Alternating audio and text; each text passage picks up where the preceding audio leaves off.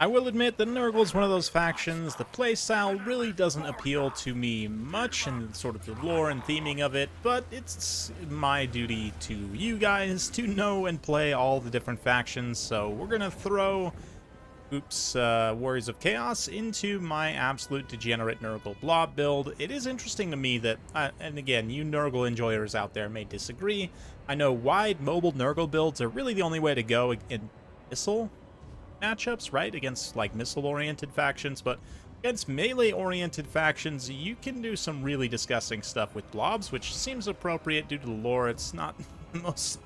I would say it's interesting in a certain way. The cool thing here is that I can bring all these regiments of renown and just put them in a big blob, and it's actually very strong. Got the Festering Stooges, Demon Spew, Barons of the Bog, and a big Billy Giant here. Chaos Cultist for AoE heals, and also for more disgusting debuffs. Palanquin Herald, again, for more heals and damage. And the Palanquin in particular gives him more armor and HP, just makes him a little bit more survivable.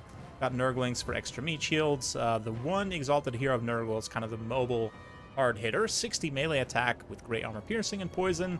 And then the mobile units already skirmishing with Coop's Hounds. We managed to get him in a good engagement in the forest here. Go ahead and hide foliage. There we go.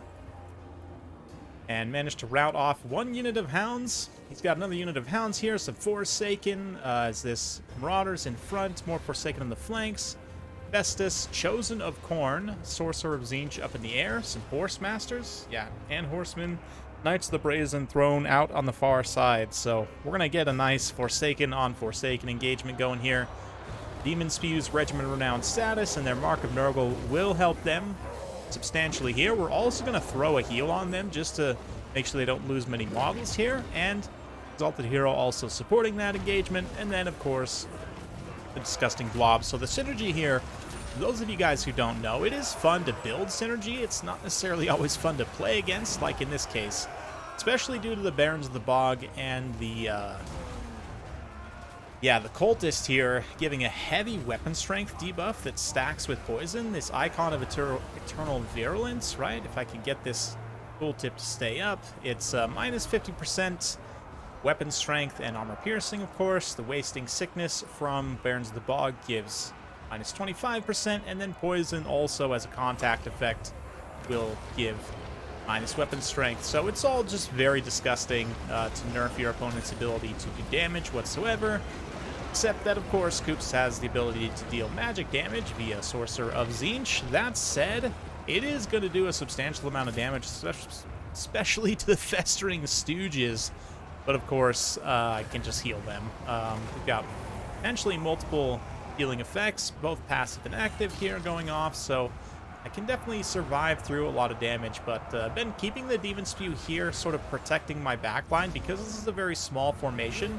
I don't want to get outflanked by like these Forsaken and Marauders and so forth. Koops really probably should path these units around and try and like get a really good full surround with all of his infantry and then collapse all at the same time. A little bit overblobbed in this specific circumstance, but a lot of his infantry units have already taken some fairly significant damage. The elite Khorne units are going to try and make their run. Nope, looks like they nope out on the side here, punishing the overextension of the Barons. We've also got the Nurglings here getting absolutely crushed, but Billy Giant hits very hard. He can just whack models of these Khorne cavalry. Knights of the Brazen Throne are going to be quite expensive, but they should be getting some healing from Festus here. Let's actually look. Looks like he's actually switched onto the damage aura. Again, from my perspective, I would probably switch to the healing, because I'm also healing, and the damage aura is essentially being negated by my healing. I think it would be more impactful to help sustain these Khorne units, these two Khorne elite units in combat. So, yeah, corroded armor there from something. No idea what that even is. I'm not sure. Locus of Fecundity anyway, which is the heal from the Herald. I actually didn't realize that does have...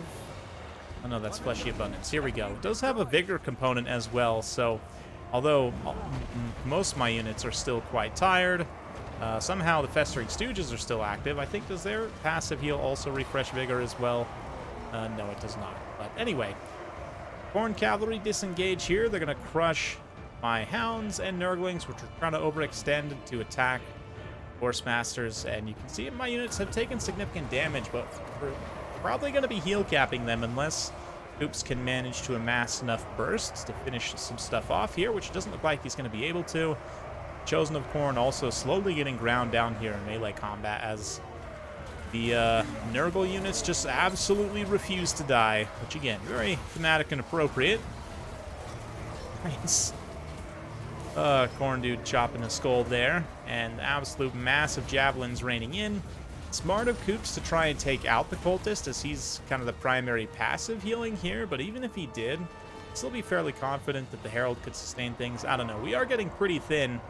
The Knights of the Brazen Throne managed to get a pretty nice engagement there, getting charged into the Festering Stooges, terror route away the cultist here, but nice overcast fleshy abundance is going to hit all these units in here and get them back up to a nice amount of HP. Cultist still has plenty of healing cap left, and he has, you know, multiple healing effects, including his own passive regular regeneration, so does make him a little bit more vulnerable to those elite Corn units with their flaming attacks.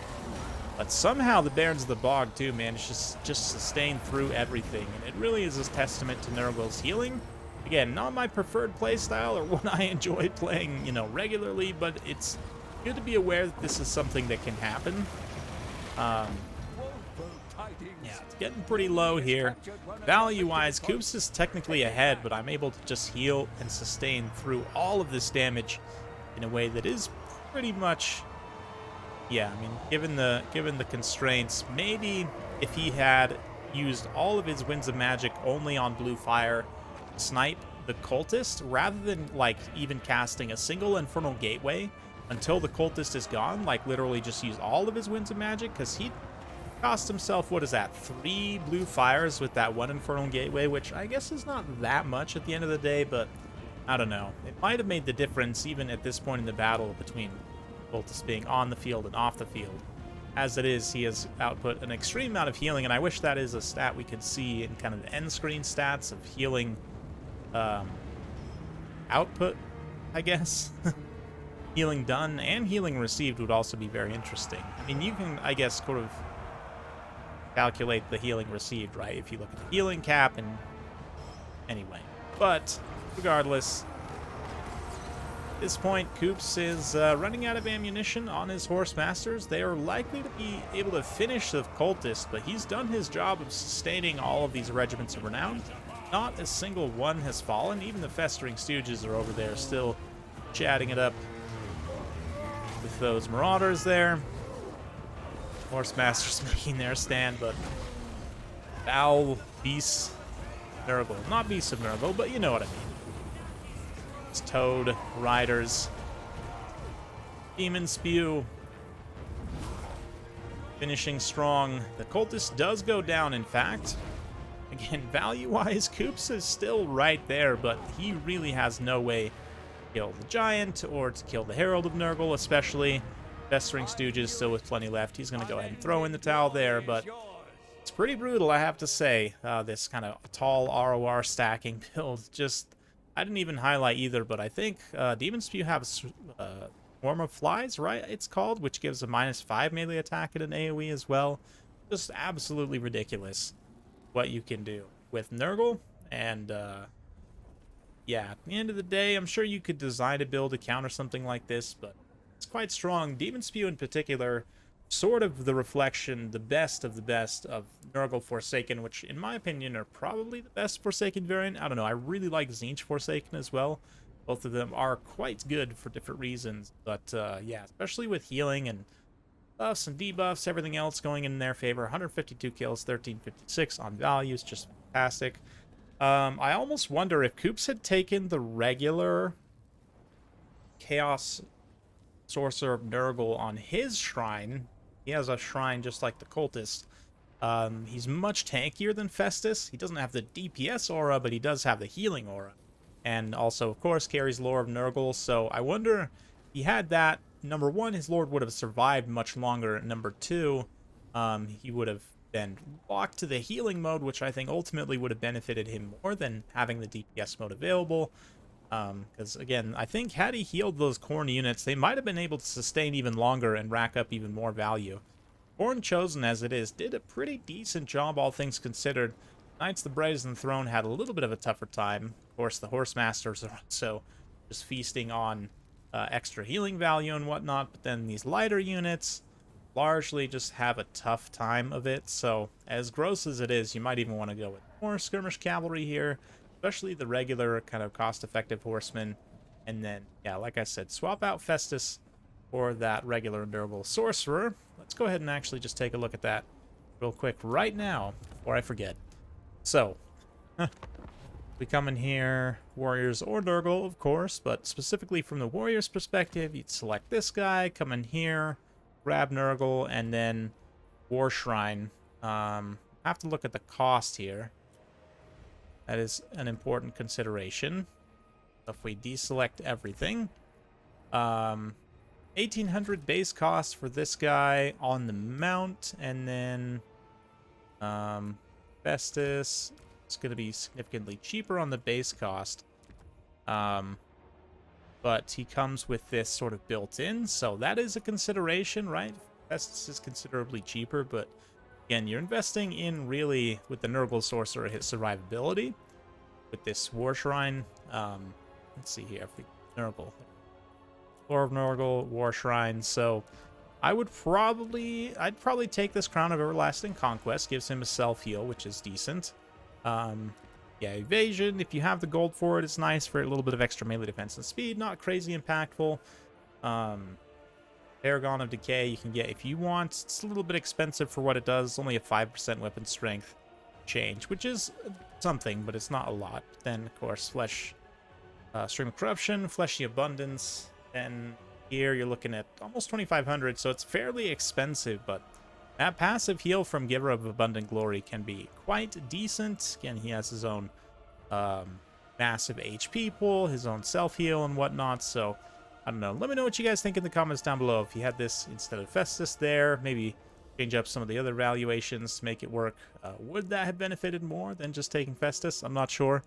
Anyway, that's it for today. Hopefully you enjoyed. If you like this sort of content, be sure to like, subscribe, hit that bell notification. Every time I upload a new video, you'll be notified. Thanks again. See you next time.